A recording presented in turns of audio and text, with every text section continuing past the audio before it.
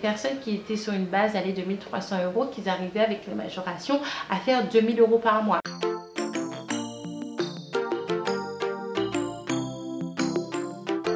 Et quand mon Erasmus, elle a dit mon Dieu, est-ce que tu vas avoir ton bac?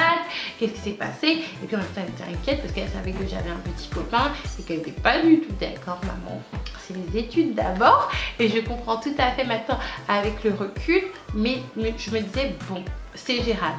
Je suis arrivée en terminale, la philosophie s'est rajoutée. Ma philosophie, j'avais toujours des notes moyennes, 12, 13, 14. Je suis rarement descendue en dessous de la moyenne. Au niveau de l'anglais, ça se passait toujours aussi bien et j'ai changé de professeur. Donc vous voyez bien les personnes qui me disaient non mais Annika t'es favorisée parce que la professeure est noire, que c'était pas du tout du favoritisme. Enfin bref, et j'avais pris l'option, je sais pas si je voulais préciser, anglais renforcé. En espagnol, je sais pas ce qui s'est passé, mais ça a été l'hécatombe, ça a été la catastrophe. Je suis passée à une moyenne de 7. Et après en littérature, j'étais plus ou moins moyenne. Tout le long de l'année, ça a continué comme ça, j'ai progressé en littérature. Je suis restée stable au niveau de l'anglais. De toute façon, j'étais déjà presque au top. Donc voilà, mais c'est vraiment la vérité. C'est pas pour me lancer des fleurs. Au niveau de la littérature, je vous dis, j'ai progressé. Philosophie, j'étais voilà, stationnaire. Et en espagnol, j'ai progressé. Alors, je vais vous expliquer pourquoi j'ai progressé. Tout simplement parce que justement, mon premier amour était cubain. Et donc je lui demandais de l'aide pour mes exercices, et du fait qu'il était cubain, en fait je me suis intéressée un petit peu à son pays et à sa langue, et c'est comme ça que j'ai commencé à développer mon espagnol. Bon, on va dire que c'est grâce à lui, mais à moitié, parce qu'entre nous, voilà, il me parlait de temps en temps espagnol, mais on n'avait pas des conversations en espagnol, quoi. Donc j'ai commencé à regarder des telenovelas. Je me rappelle que à l'époque c'était Masa del Diablo.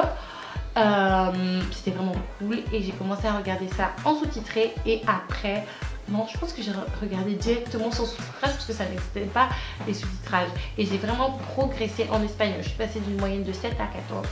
Même ma professeure n'a rien compris. Arrivé, comme je vous disais, en mai, on avait terminé le programme d'histoire géo, et pour moi c'était important qu'on finisse le programme d'histoire géo, parce que pour les autres matières en fait c'était déjà de l'acquis, on avait déjà presque plus ou moins fini. Il y avait juste la littérature qu'on n'avait pas fini. Moi j'avais un petit Becherel, je me rappelle plus comment ça s'appelait, c'était ma copine Priscilla à l'époque qui était dans la même école que moi qui m'avait conseillé une sorte de petit recueil en fait, où ça recoupait toutes les œuvres que tous les lycéens de France allaient étudier, et il y avait en fait des études par rapport à des thèmes. Bref, moi en mai, je me suis dit Aïka, ok, voilà, tu vas arrêter d'aller en cours, tu vas étudier à la maison. Et c'est ce que j'ai fait. Et en fait, il y avait déjà eu, vous savez, les appréciations avis favorable, non favorable, moyennement favorable. Moi j'avais eu avis très favorable, mais il était trop tard pour eux pour changer d'avis, parce que comme je l'étais absentée, ils pensaient que je n'allais pas avoir mon bac. Donc pendant de mai jusqu'à passer le bac, j'ai étudié, j'ai étudié, j'ai étudié, j'ai étudié, j'ai étudié. Le bac de littérature s'est bien passé. J'ai étudié sur 4 œuvres, j'ai étudié 2. J'ai étudié 2, votre soeur c'est une folle. Et c'est tombé sur l'une des 2 que j'avais étudié.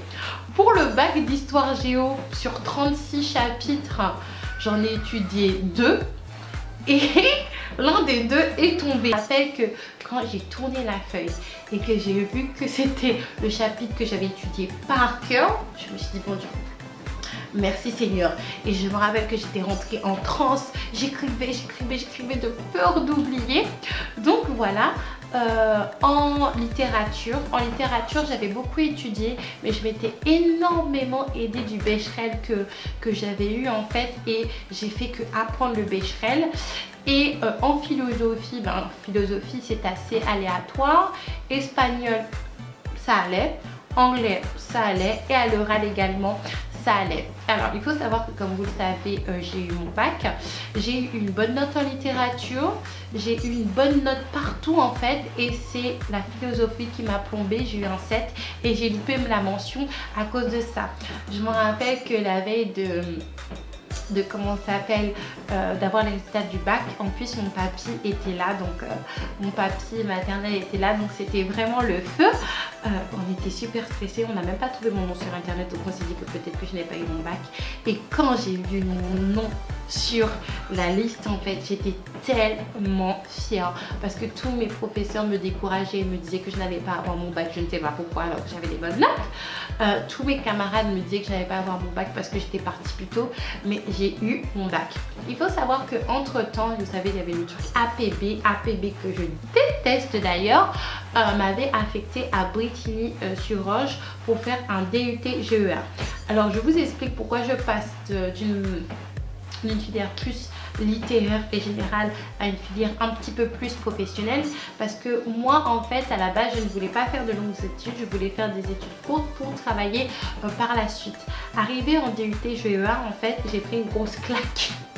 J'ai pris une grosse claque parce que je n'avais pas disons les prérequis pour rentrer en DUT GEA.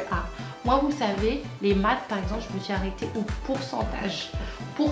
Et pour faire de la fiscalité, de la comptabilité et les maths, en fait, il faut quand même un certain bagage.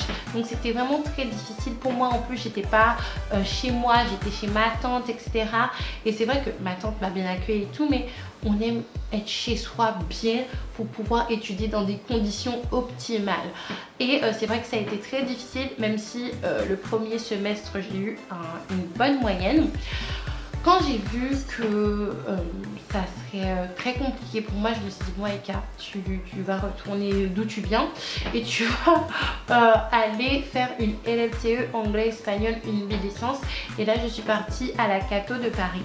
J'ai commencé mon LLCE anglais-espagnol et je me suis rendu compte qu'en fait, j'aimais beaucoup l'anglais, j'aimais beaucoup apprendre l'anglais par moi-même, mais je n'aimais pas les cours d'anglais en fait. Parce que moi, je suis une américaine, c'est-à-dire que j'aime beaucoup l'anglais américain, mais l'anglais anglais, ça ne me plaît pas du tout. Et pareil pour l'espagnol, même si l'Espagne, je tolère, entre guillemets, je préfère l'espagnol d'Amérique latine. Donc, je voulais me rediriger vers une licence simple en espagnol. Mais entre-temps, pardon, excusez-moi, la caméra bouge, j'ai eu envie d'arrêter mes études pour commencer une vie professionnelle parce que je me suis dit, j'ai aucun prérequis pour aller nulle part, parce qu'il faut savoir qu'en L, et puis maintenant c'est pire parce que j'ai vu ça avec ma soeur, vous abandonnez totalement les maths et des matières qui pourront vous aider dans votre parcours universitaire. Après, sans doute que je manquais de motivation, mais j'ai décidé de travailler. D'ailleurs, mon père était tellement fâché. Ma mère, ça ne la dérangeait pas dans le sens où, pour elle, en fait, c'est toujours mieux que de dormir sous son canapé. Je me rappelle qu'en amont, j'avais arrêté d'aller à l'école. Elle était vraiment pas du tout contente. Elle a dit, mais tu vas passer tout le temps à dormir sur mon canapé. Il est hors de question que tu fasses ça. Donc, je suis partie chercher un travail. J'ai trouvé un travail. J'ai travaillé pour une boîte d'assurance pour les expatriés. J'ai passé 6 mois là-bas. C'était un CDI normalement qui m'était promis, mais j'ai eu un CDD. Par la suite, je n'ai pas été reconduite parce que j'ai une maternité, comme vous le savez. Et là a commencé le grand désert professionnel pour moi. Tout simplement parce que je suis restée avec mon enfant et par la suite, je suis partie en Martinique. Il s'est passé ce qui s'est passé. J'ai eu Nounou, je suis tombée enceinte de Nounou. Et tout ça a résulté que je suis arrivée en 2015. Donc de 2012 à 2015, 3 ans, je n'avais rien fait parce que je m'étais concentrée sur ma vie de famille. Et il n'y a rien de pire en fait pour une vie professionnelle et universitaire d'avoir un gros trou comme ça. Donc dans un premier temps, je me rappelle quand j'étais en Martinique, je voulais reprendre mes études.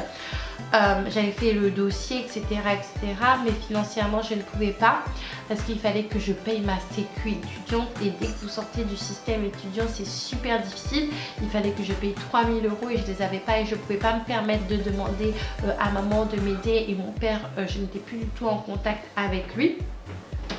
Et donc j'ai décidé de retourner en France du coup et de recommencer ma vie professionnelle.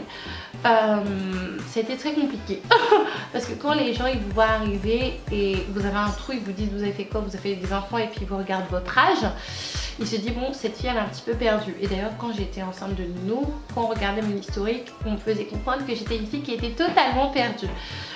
Donc dans un premier temps, j'ai fait quoi? Dans un premier temps, j'ai travaillé dans une ligne, disons célèbre, de magasin, mais ma santé n'a pas tenu. J'ai commencé à faire des crises d'angoisse dans ce magasin.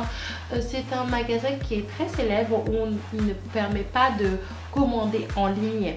Et à chaque fois que vous allez là-bas, c'est la cohue. Ça a été très compliqué pour moi. En plus que quand j'avais eu ce travail, j'avais eu mon appartement ici en même temps. Financièrement, c'était pas possible. C'était vraiment une situation catastrophique parce que je perdais mon travail, ma santé ça n'allait pas. Je pouvais pas me permettre de prendre un autre travail. Mais Dieu merci, j'avais Rodrigue avec moi qui m'a épaulé plus ou moins financièrement.